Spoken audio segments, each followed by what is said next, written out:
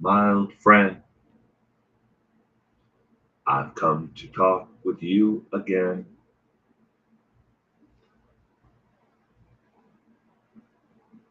Good morning, people. Welcome this morning's coffee brew. I hope you're having a wonderful day.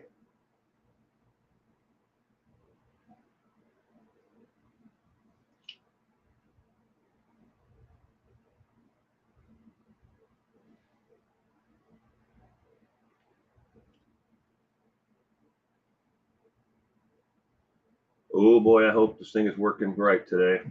We've spent an awful lot of time over the last 6 days trying to fix it all.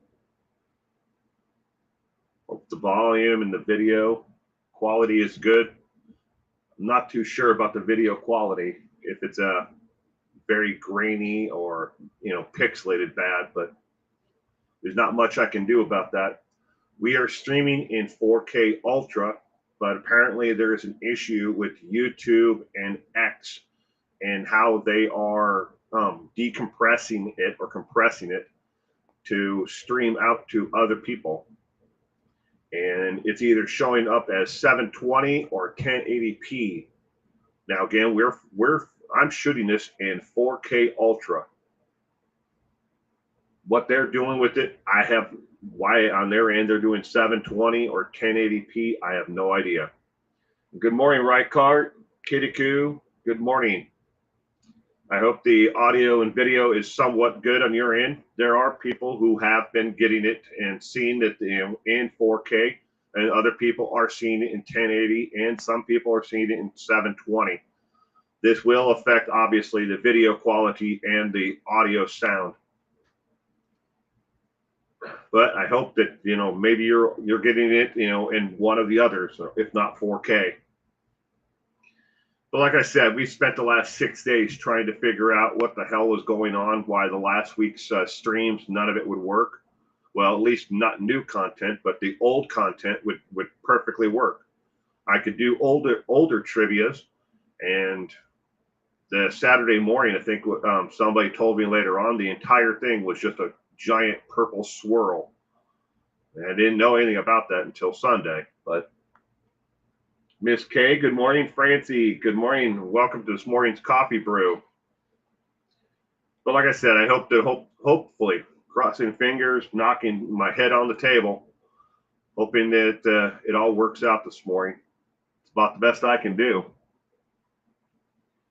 We did 6 different trials, trying to get the stream to work, see if we fixed it, and it turns out that we're at the end of it all after 6 days of trying constantly of different streaming software and OBS, compressions and the cloud storage. We tried everything, see where the problem is. At the end of it all, we're still not sure what we did actually fixed it, or what we did, if it did fix it, what it was. Insanity, and my daughter actually has a degree, in computer science. She knows more about this stuff, and we were here for 6 days trying to fix it. Oh, good morning, Gayla. Welcome to this morning's coffee brew. I hope you had a wonderful week. Both excellent, Francie. Good. That means you're most likely getting it in either the 1080p or you're getting it in 4K. But again, we're crossing fingers, knocking my head on the table, because we went through everything trying to figure out what it was. Give it another 20 seconds or so here, and then we're going to get this going. Hopefully that part of it works as well.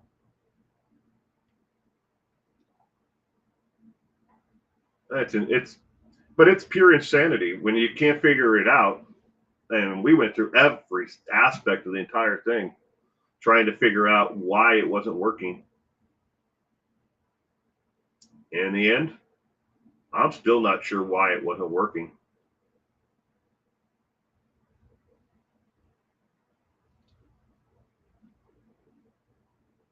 Oh, all right. Let's get this party started. Hopefully, I'm about to click on something here, and you're going to see the title card. On your screen right now, you should see a coffee cup that says Coffee Brew Weekly Recap Show. That is what you should see on your screen right now. No purple swirls, nothing at all. Just that coffee cup and the words Coffee Brew Weekly Recap Show.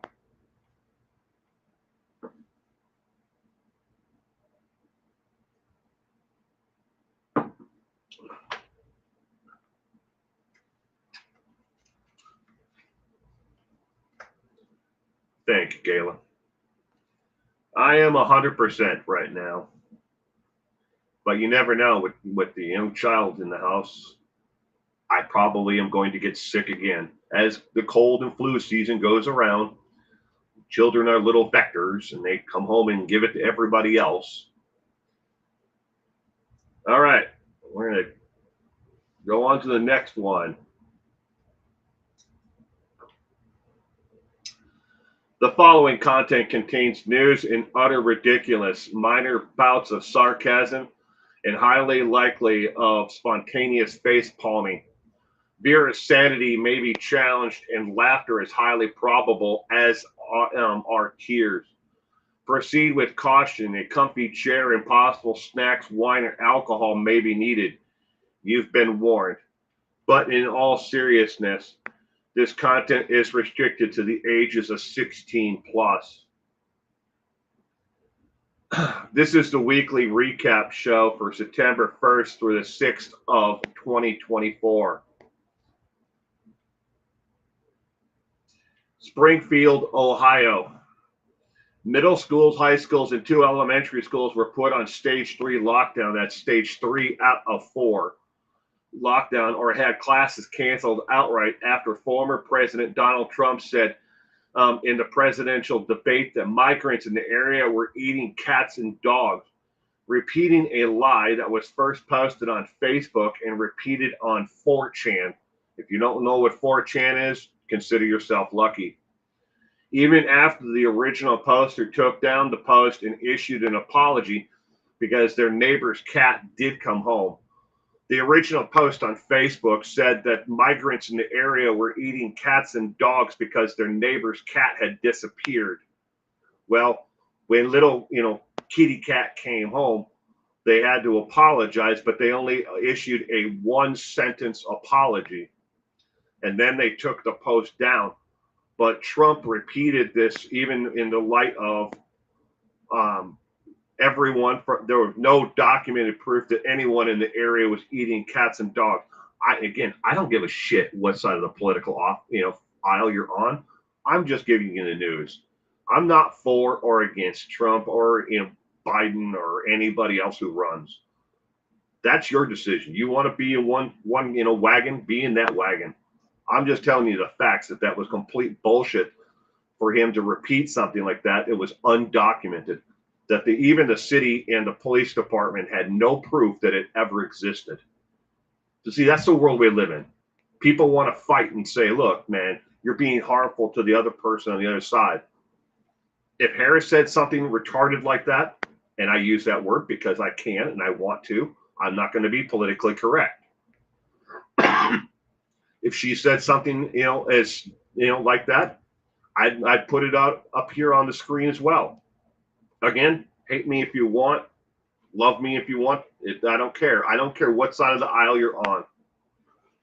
It's not about being one side or the other. It's just a ridiculous story that was repeated by somebody who never should have repeated it. Next, Justin Timberlake.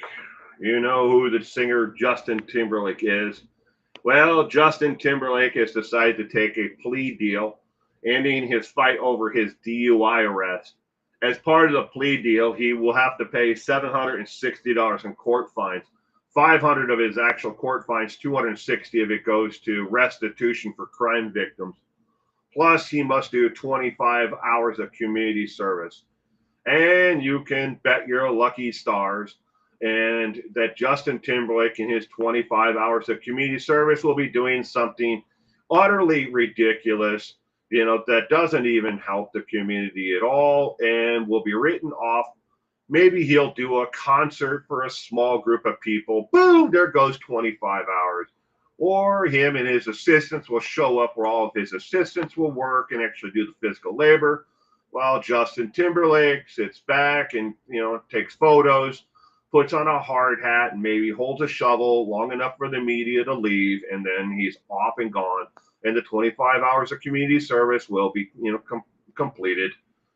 But if it was average Joe citizen who got arrested for a DUI and their blood alcohol level was anywhere near what Justin Timberlake's was, they would be doing a couple days in jail, if not that night, plus a couple $1,000s in court fines. But here he is, a millionaire who's going to pay less than $1,000 in total court fines and everything else and get a slap on the wrist for his stupidity.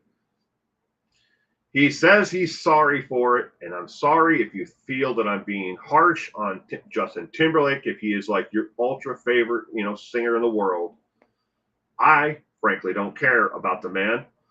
I just think it's ridiculous that he got off that light by taking a plea deal with him instead of fighting it out or at least being punished more severely for his crime. Because again, the average citizen would walk away with such a light fine.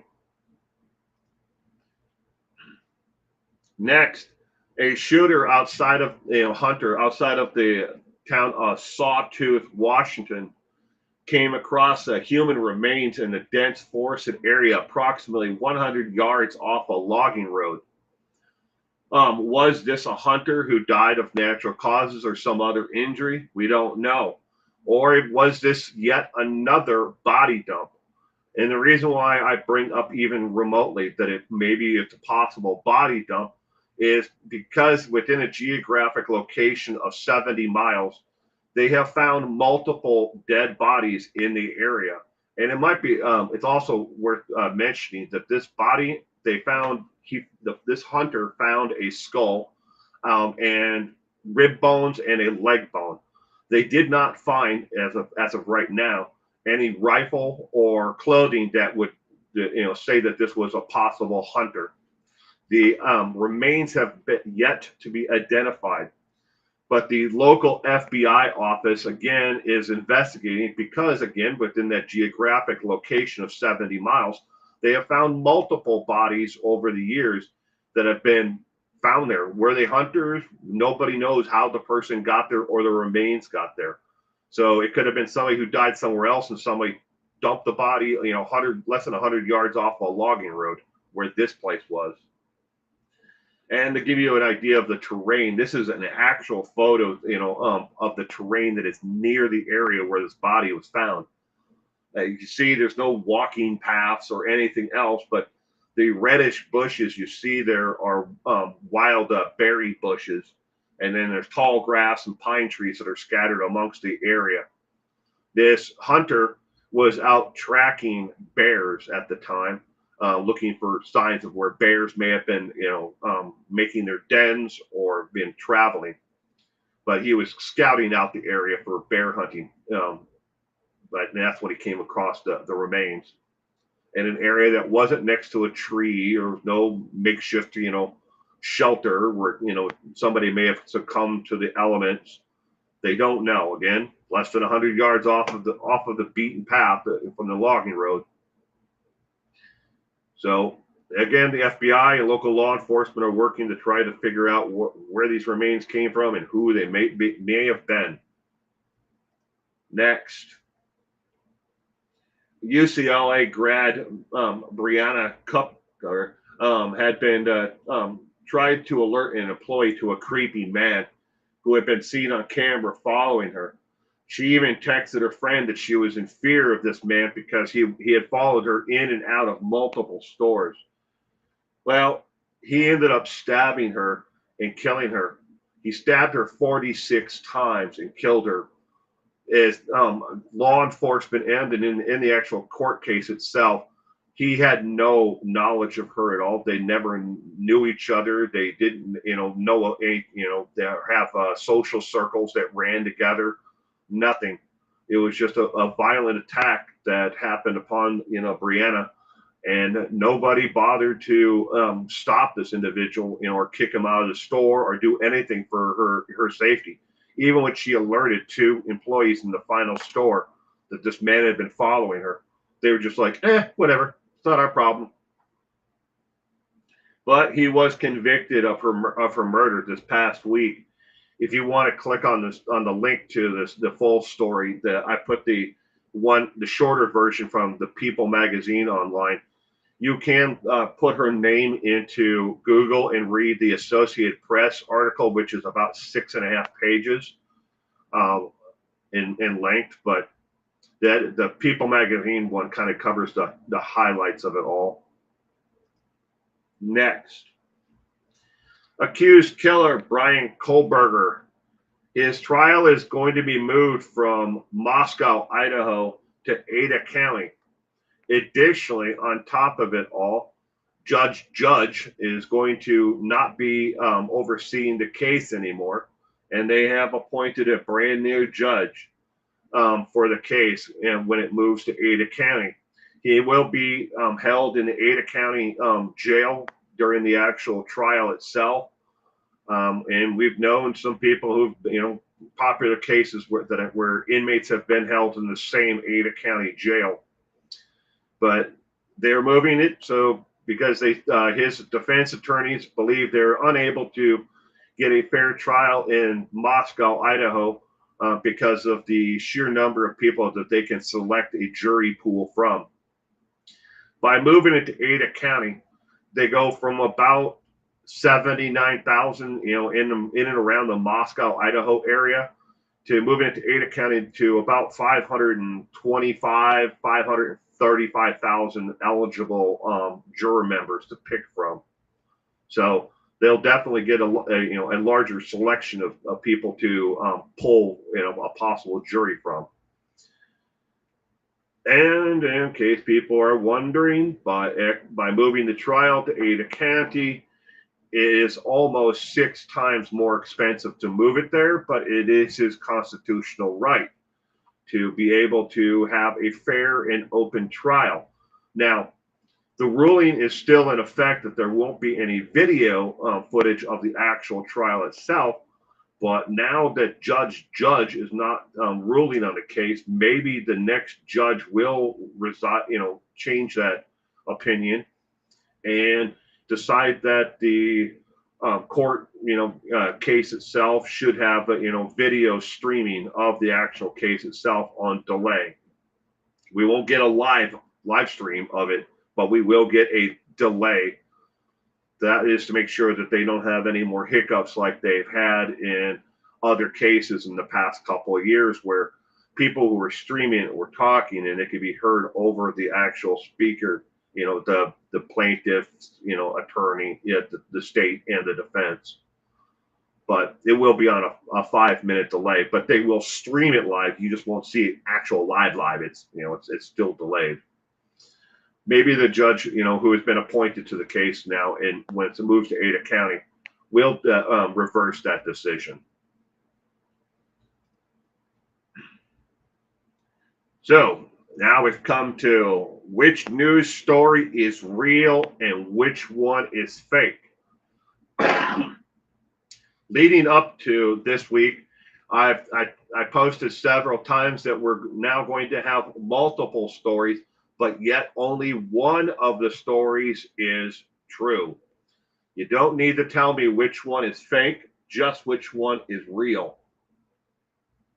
This is how it all works. I will present you between 1 and 3 stories widely reported on the internet. You only have to tell me which one is real. No need to tell me which ones are fake. So put on your thinking cap, and at the end, I'll tell you which one is real and a link so you can read more about the story if you want. Story number 1. A newly listed home in the pricey Southern California market is making international news and bringing in international bidders. The strange part is it's only half a house.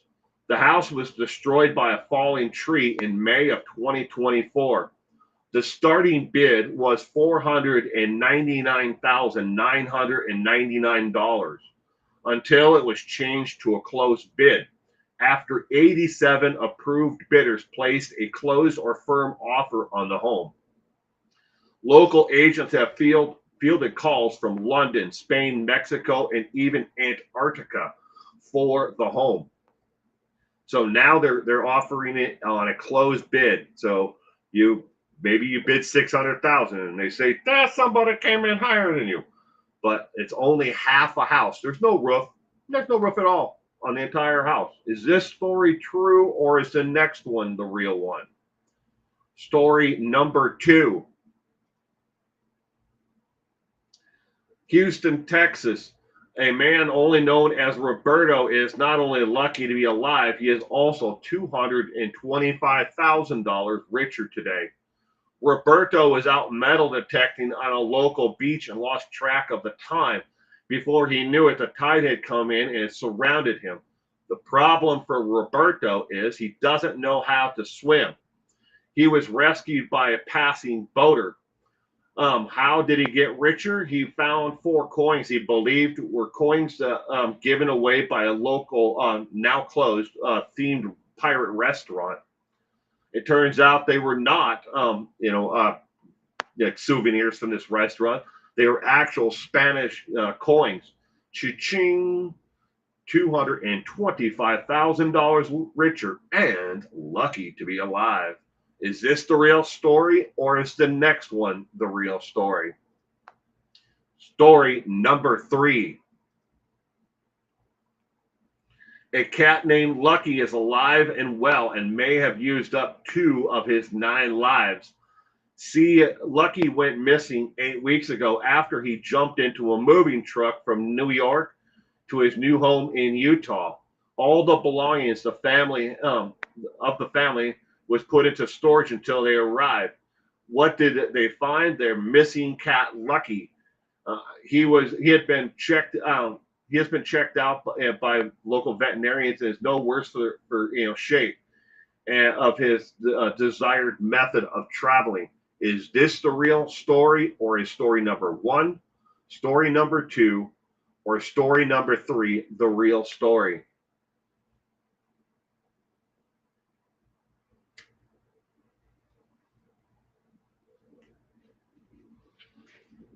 And good morning to anybody I missed. Mike Stevens, Gianna Marie, Inner Peas, good morning. I hope you all had a wonderful week. I'm scrolling up to see if there's anybody else that I may have missed.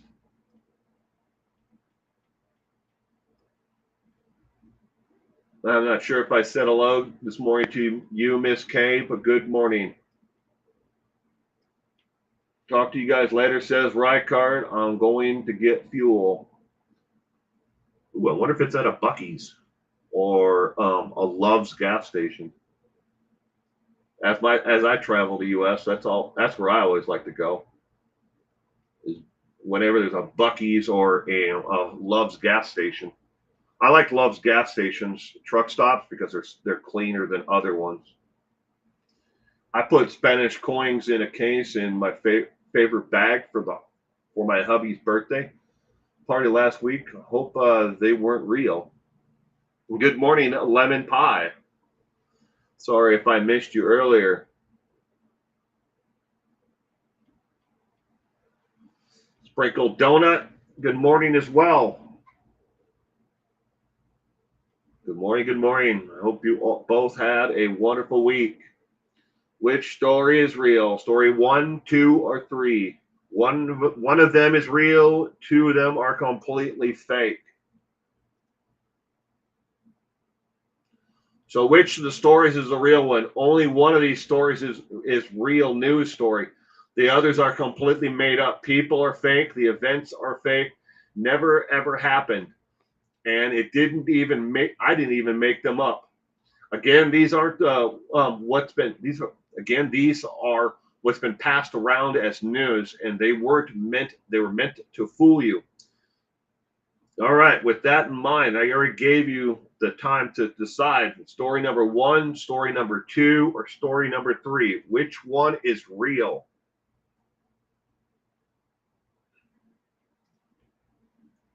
The correct answer, story number 1, is the real story. In the link on the screen there in blue is the Associated Press full story. Well, somewhat of full story. You have to go back and actually read several different ones if you want to learn more about the family. But story number 1 is the newly listed home in Southern California is only half of a home. No roof. The only room that is somewhat undamaged is a bathroom. The kitchen is destroyed. The whole back of the home is destroyed and open, and the entire house is open to the elements. The last known update on this house and where the bid is they now believe that it's close to $750,000 for a home that is only partially there. No, the home cannot be restored and put back to use. It would have to, the rest of it would have to be leveled and then rebuilt. Of course, a lot of these homes are older homes built in the 1950s and 60s. So people are, instead of renovating them or buying them, and renovating and flip them, what they do is they just come in, they level the entire lot and then rebuild a brand new home, a modern home on the property. And that's what people are looking at. They're like, well, hey, for $600,000, I could probably buy it and flip it for $1.2 million. But it's insane to only buy half of a house. Starting bid was $499,999.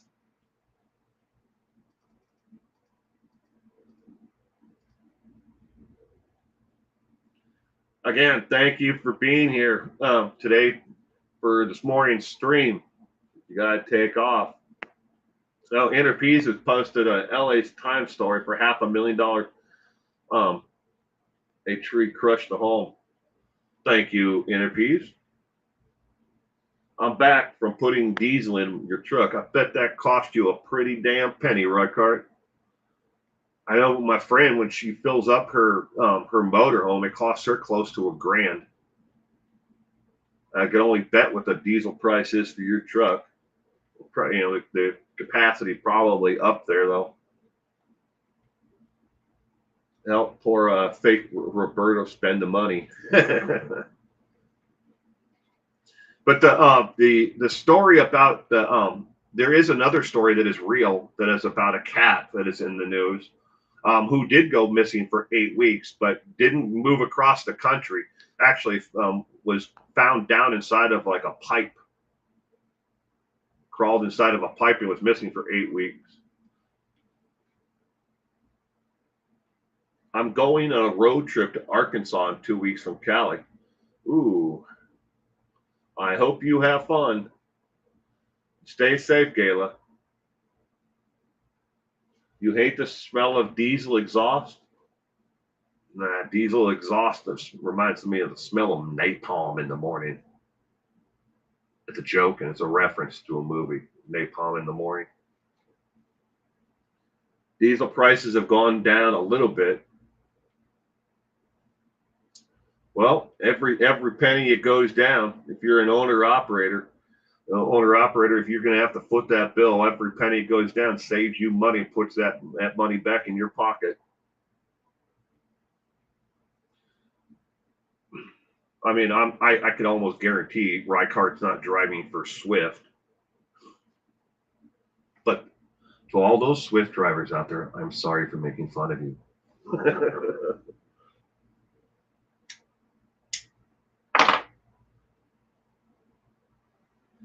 Black Eagle, the awesome uppity Harley. Good morning, Black Eagle. Welcome to this morning's coffee brew. The elections are coming up. That's why. Is it? I didn't know that affected gas prices. I went and filled up my wife's car this morning. Gas prices here where I am haven't changed all that much. I paid $4.43, I think it was, $4.43 a gallon. So, but you have to understand that a lot of what I pay at the pump is taxes that have been added to it. We have a criminal justice tax. We have a new bridge bond tax that we pay on every gallon of gas for a new bridge. So these things are, and then there's local and federal and everything else. And I think it adds up to like 70 cents a gallon total, or right around there. In the state that I live in, they really shaft you on everything. And then we have what's called sin tax. Every time you buy a soda, you pay a sin tax. Every time you buy beer, you have sin tax. Every time you buy tobacco, you have sin tax. On top of it all, tax you when you work, tax you when you die, tax you at every chance they can in between. $2.79 here for 87 regular. Wow. I used to get abused and used when I was with Swift by the dispatcher. Sorry, Reichart. Sorry that ever happened to you.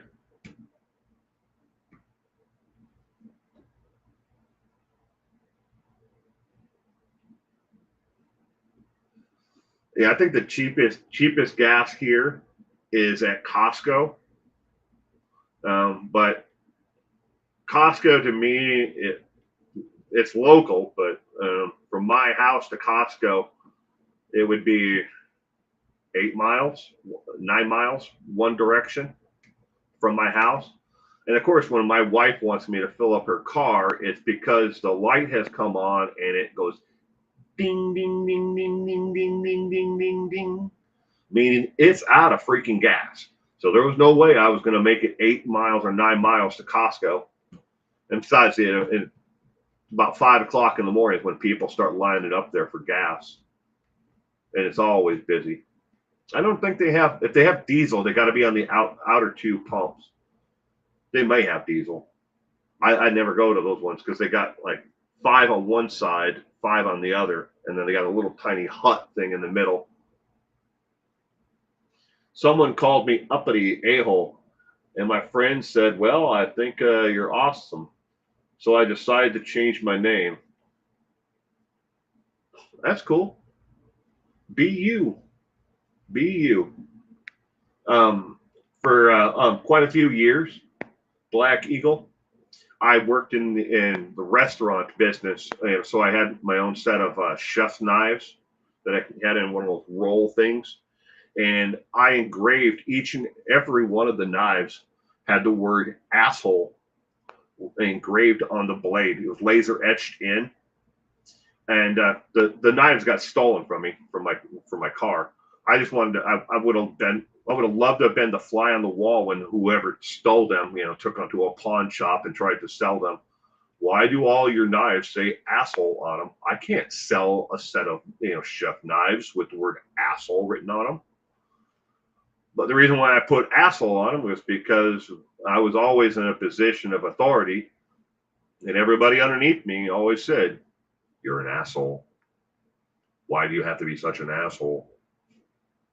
Because that's what I was being paid to do. I was being paid to be the boss. I'm listening to you, Will, and to Peanuts music.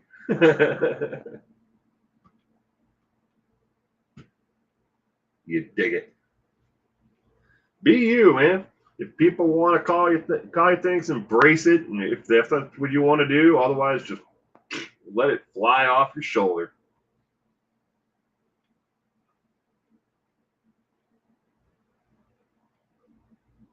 I'm just glad that this thing is working now. Again, I have no idea what the cause of last week's, why it was all purple swirls or none of it would work. And again, me and my daughter worked on it for 6 days and we could not find anything that was wrong. We reset everything back to its standard settings, in the original settings, and doing it one thing at a time. Okay, this one we're going to change the settings back to factory restore. Did that change anything? No. Did going back and putting the settings to what we had before, did that change anything? No. deleting everything that we had that I used, like the streaming software, audio, video files, deleting, cookies. We tried it all, and nothing made a difference at all. And then Wednesday, we were trying it again, and then everything just worked. And we're like, what the hell did we do between Sunday and Wednesday that made a difference? Because every time we did a test, stream, we kept on getting the same issues. So we're like, we hope that it works. And neither one of us could figure out what the hell made the difference, or if it was going to pop back up again, because it still might. We don't know, because we don't know what the heck we fixed. Yep, many chefs are, but that's the business. The entire restaurant sits on your shoulders. It does. I tell you one of the, this is an actual real thing that happened to me. So everybody who's familiar with the Brian Kohlberger story, he killed the 4 college students at the University of Idaho Moscow campus. Well, they lived off campus and off campus housing, but so that's the University of Idaho. Right across, maybe about 16 miles, is the University of Washington State University, WSU, the home of the Cougars. All right, that's where I went to school. I went to Washington State University. While I was going to school there, I needed a job because I needed to pay for beer somehow, and my mom and dad weren't going to send me money so I could just buy beer, right? So I got a job at a restaurant, and the place was called Jezebel's, as in Jezebel, the whore from the Bible. I kid you not, I didn't make it up. Well, the guy who owned the restaurant, he was in the construction business. He had bought the restaurant, opened the restaurant, put a couple $100,000 into opening and revamping the place from what it used to be. And he bought it all for his wife because she was always complaining that the restaurant, that his business took him away. He was always working, and she never had anything to do, but in a college town, except for sit on her ass. So she wanted a restaurant. So he did that. He started a restaurant for her. Here you go. Couple months into running the restaurant, she decided it was boring. Oh, additionally, on top of it, this was a fine dining restaurant. You couldn't get a college student to come into that place unless mom or dad or a recruiter for the sports team or something like that paid the bill. We didn't serve hamburgers. We didn't serve French fries. It was filet mignon and escargot and stuff like that. Okay, really, I guess, higher end, uppity food if you want. Well, a couple months in, again, she decided she didn't want the place anymore, and she just walked out. Now, when she walked out, she refused to pay, or sign the paychecks and give paychecks to all the employees. So everybody quit. The day that I started there, I was downstairs in the basement. We had a banquet room downstairs, and the restaurant was upstairs. I'm downstairs, and they told me I had to peel 20 pounds of carrots. So I'm sitting there peeling carrots. And all of a sudden, this guy comes around the corner. And he's like, "Who are you?" And I'm like, "No, my name's Will. How you doing?" And he's like, "Have you ever cooked before?" I'm like, "Yeah, that's what I used to do. But I guess I got hired on here as a sous chef or something, or kitchen aid help." He goes, "You are now the chef." I go, "Excuse me?" He goes, "Yeah, everybody quit. You're the only one left." He goes, "Do you know anybody in town that wants to be a waitress?" I'm like, "I've been in town. This is my first semester of college. I know some people in my dormitory, and that's it." So I'm like, I could call some people in my dorm and see if they want to be, a waitress or waiter. Can't fault people how they want to describe themselves as a waitress or waiter. That's wrong in this day and age. But anyways, skipping forward, I said, "What time do you open for dinner?" He goes, "In an hour." And I'm like, "I got an hour to figure out what the menu is? I've never even seen the menu." He goes, I'll go get you one. Stop peeling the carrots and put them back in the refrigerator."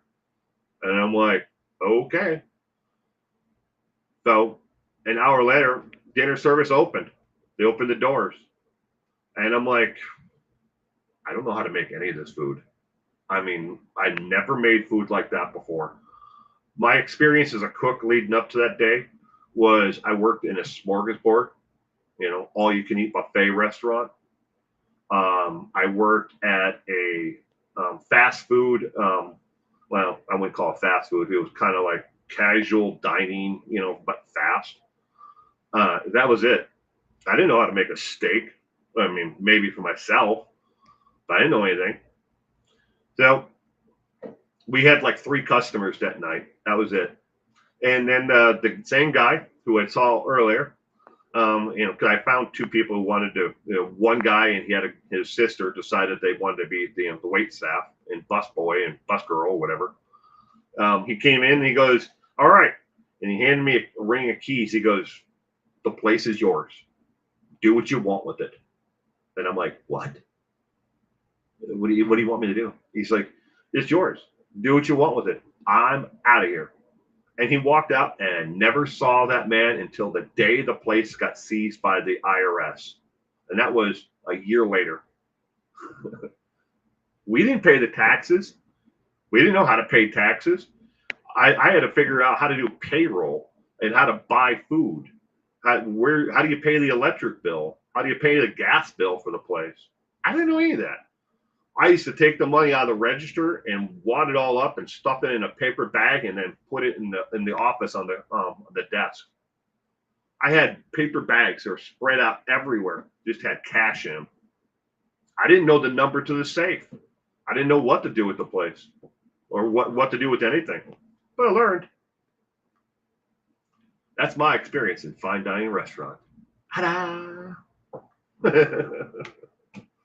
One and only time I've ever been put in that position.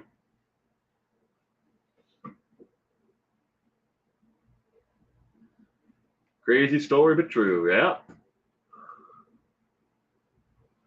Bugs Bunny caused me to eat a lot of carrots when you were little. That's not even near the craziest job I had when I was in college. But that was a crazy ass adventures and fine dining. When the IRS came to seize the place, we found out that the day before that they were going to seize it, and we didn't know how to stop it. And we didn't know, hey, if I gave them a bunch of these bags of cash, would that stop the seizure of the restaurant? We didn't know. So we came into work the next day, and the IRS came in. They gave us the paperwork, showed us the paperwork. The place was being seized, and they told us, please gather up all your personal belongings. We all went to the bar and we grabbed every bottle of liquor out of the place that you could take. We're like, personal belongings? I'm like, we took all the liquor. What do college students need? I had a little Chevy, what was it? Chevy Sprint, little 2-door car. I filled the back of it with as much liquor, beer, and anything that could, that wasn't nailed down, because we couldn't just walk out the front door with it past the IRS. We went downstairs through the banquet room and out the doors. And we pulled our cars up one at a time and just loaded boxes full of liquor into each and everybody's car. We're like, they're gonna take the place. It ain't ours. We would have thought about it. We should have grabbed a bunch of those bags of cash out of the office, but we didn't. We left all of them there.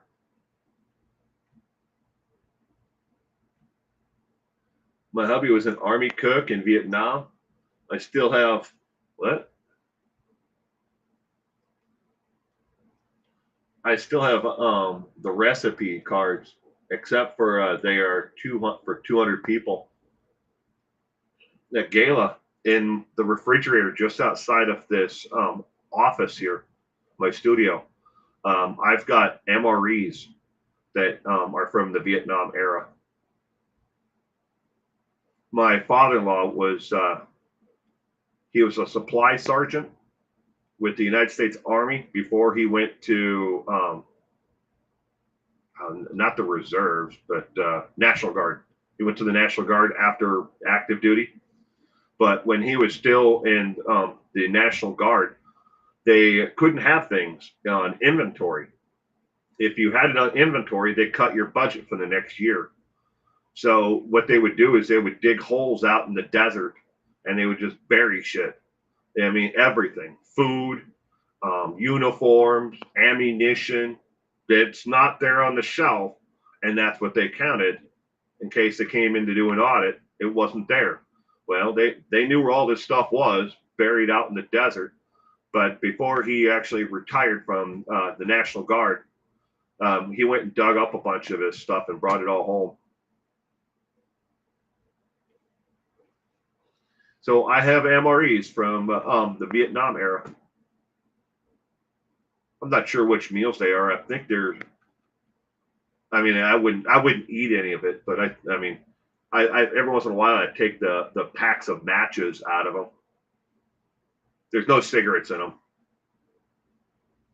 They predate the when they had cigarettes in them, or after or post date. They're post the days when they had cigarettes in the MREs.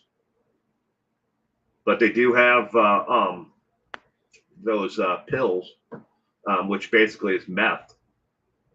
I can't remember what they called them though. Those are in there.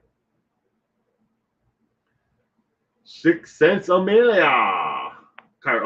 Aura. Good morning, Will, and the 401 Now community listening from Lurker's Lounge. I hope you're all doing well. I am doing well, Amelia. I hope you are doing well also. I'm gonna have to. I was gonna say I'm gonna have to look at one of them one of these days to see what kind of meals they are. Nice. I'm going to lunch at Woolworths in Bakersfield, California, when it opens up after restoration. Only one around. Woolworths. Wow. I haven't been to a Woolworths in 40 plus years. It's got to be at least 40 years. And this is 2024. So 24 from that would be 2000. And then 20 years prior to that would be 1980s. Yeah, so about 40 years the last time I was at a Woolworth. One of the last times I ever went to a Woolworth was to a lunch counter at a Woolworth with my dad. So it's probably been a little bit longer than 40 years. Didn't know they were still open. That's awesome. Mom and I used to walk over there, all across the street. They are moody, and I used to get on one of the chefs. I was in charge of the bar. They used to send me in when they were throwing pots or they were going to walk out. And never nasty to you. Yeah, I don't remember, Black Eagle. I don't remember what we ever ate. I mean, being a kid back then, I probably had, grilled cheese sandwich and fries or something like that. But I don't remember if I ever had a milkshake. But that sounds good though.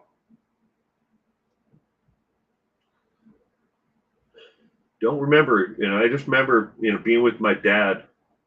One of the last times I ever went to a Woolworths.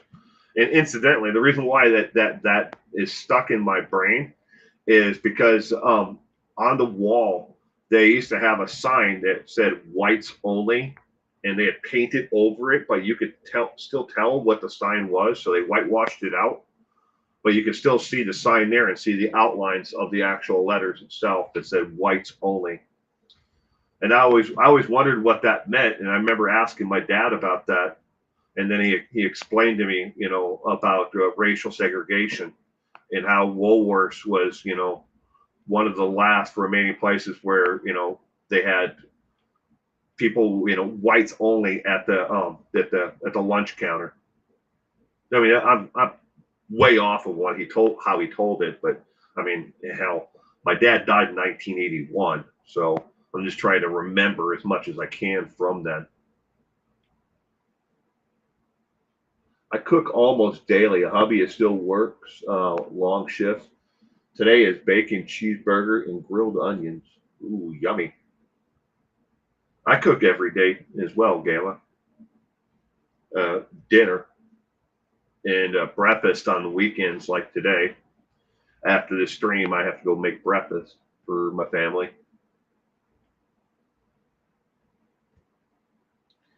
Remember getting scrambled eggs and toast at Woolworth's lunch counter with your mom and dad? Oh, that's a good memory to have.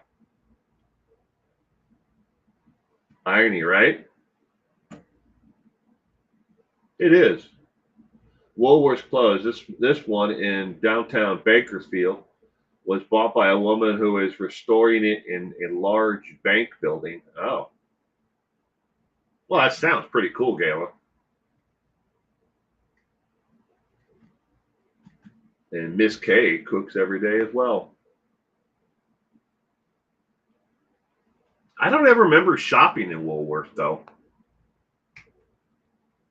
When I was younger, um, when it comes to like shopping, like in a Woolworth type of store, the only stores that I remember really shopping in are Kmart and White Elephant. Those are the only stores that I ever like, not fondly, but actually remember shopping in is either Kmart or White Elephant. My doggy is waiting for me to make her breakfast. Ooh, better feed the doggy.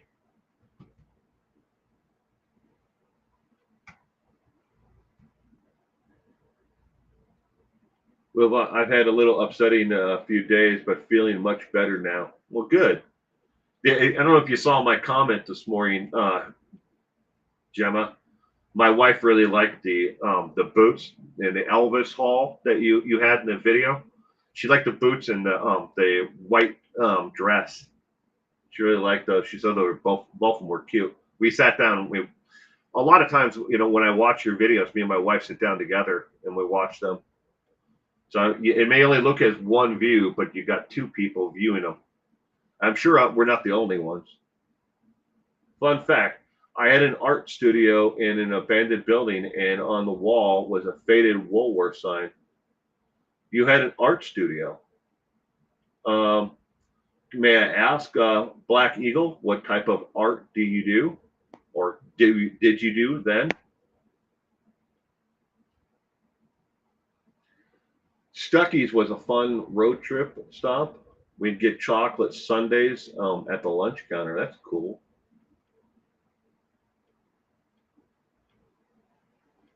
Harvey's house, Atkins, Topeka, and Santa Fe Railroad. Mm.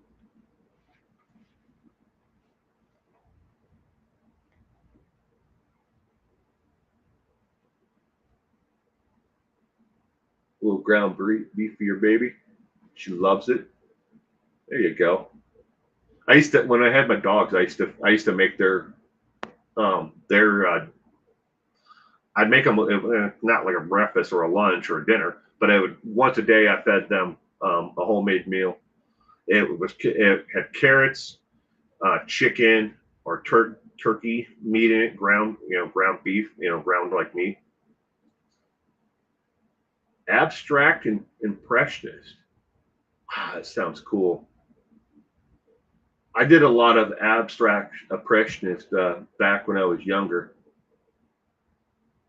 Um, if I had to compare my work, well, see, first off, my main media was crepa, and a lot of my work was along the lines of like Toulouse-Lautrec, along that line. Oh, oh, the good old days. Anybody remember Howdy Doodies? I remember the name of the restaurant, but it doesn't strike a bell for like the actual chain in my head. I'm originally from Wisconsin, so I don't remember any Howdy Doodies there. We had like Bob's Big Boy and stuff like that there. Not in the town where I live. We didn't have any chain restaurants where I lived. We had one tiny diner.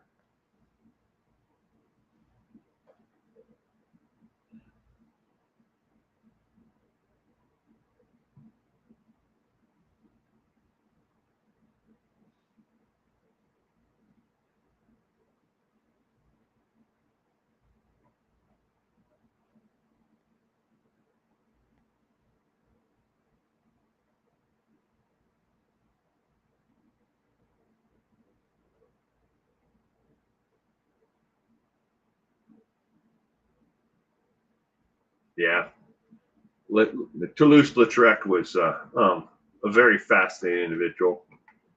A lot of people tell me that I've lived a very fascinating life, but my life has been I've lived more and I've done more in my life than a lot of people have done in their entire life. But art art to me when I was younger, and especially like my teen years and my early 20s, it was it saved me from myself. If you understand, what I'm kind of getting at there. It was my outlet, my way of connecting with the world that was bigger than myself in my own little area. I once had a scholarship to go to the Chicago Art Institute, but I pissed that away. Pissed it away. I still have all the letters and stuff from all the people who wrote letters of recommendation for me and everything else. I have them all in a portfolio with artwork and stuff that's sitting up in the attic of my house.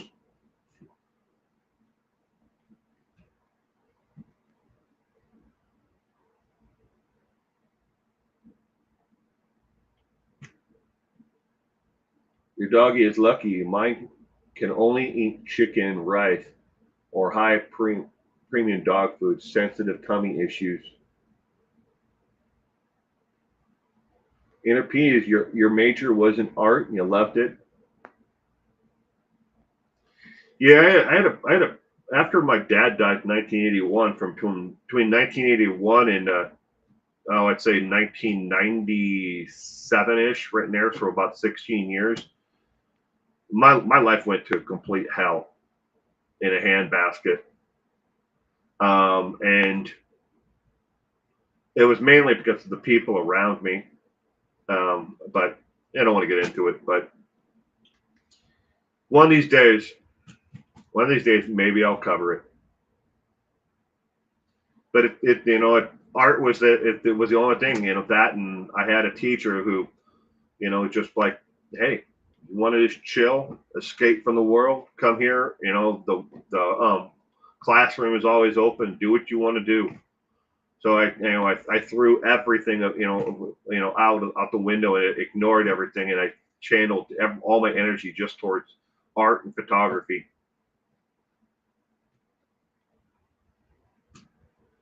Maybe you could do an art feature live sometime. And I'd love to call in and talk all the things that are art related. Maybe. I don't know if I would do it on this channel per se.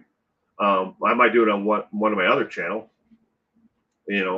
CDXI, which is a Roman numeral for 411, but CDXI now, another channel that I have. And the reason why I say that is because in the past, when I have done things that are not crime related on this channel, I see a large exodus of people who are like, hey man, I didn't tune in for that. I didn't subscribe for that.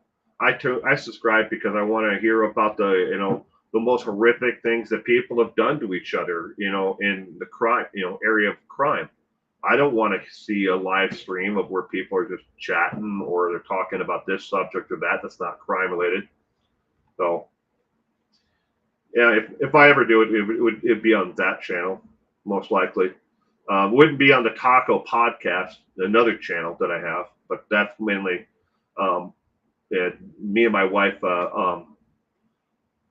sharing our experiences from a middle class, if there is really a middle class anymore. We're more like working poor. But raising a son who's on the autism spectrum. So, but we haven't done anything on that channel, the Taco Podcast now, in but 2.5 months, something like that. We filmed a lot of episodes, just haven't edited them or got them up. But we're getting there. We have to wait for things to kind of settle out with school and work and everything. How many channels do I have, Miss K? Well, I've got 411 now, CDXI now, Taco Podcast, Everything Sucks. That 100% of all the content on Everything Sucks is private. It's only meant for a private audience only. And you can find the channel. You can subscribe to it, but maybe someday I'll actually make that content available. But it's mainly me and my friends talking about the stuff that we want to talk about. They send videos and I post them on the channel, and I make videos and post them on the channel. But everything is 100% private on that channel. So just basically the 4.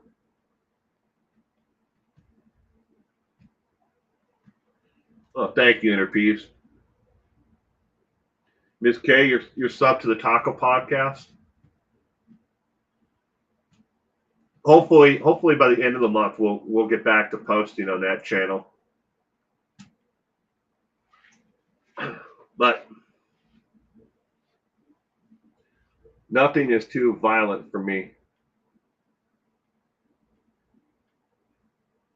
Have you ever heard of Gordon Parks?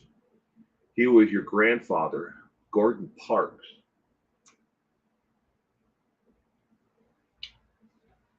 No, Black Eagle. The name is not ringing a bell in my head. I mean, Gordon, first name Gordon. Yeah, well, I got a million people who come up with that. But and by the way, Black Eagle, my name is Will. But thank you.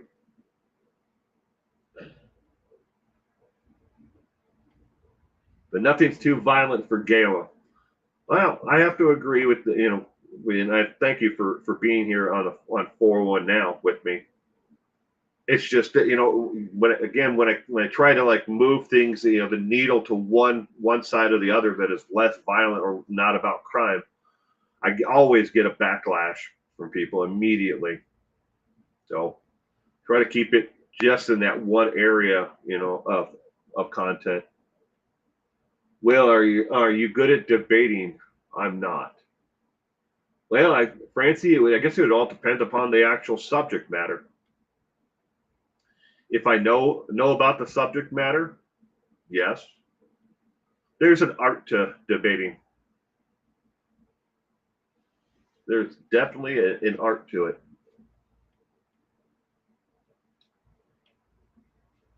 But ladies and gentlemen, I'm going to take off this morning and end this morning's coffee brew recap show. I want to thank everybody again for stopping in. If you on the way out, if you'll hit that thumbs up or hit the thumbs down. People think that for some reason that the thumbs down counts against the creator. It doesn't. It just shows interaction. But like everything else in this world, it doesn't work the way you think it does. And unfortunately, the trolls really don't like that. They're like, why isn't it not counting the thumbs down button anymore? Because it doesn't count. It only counts as an interaction. But again, if you like this content, get the thumbs up. If you didn't like it, hit the thumbs down.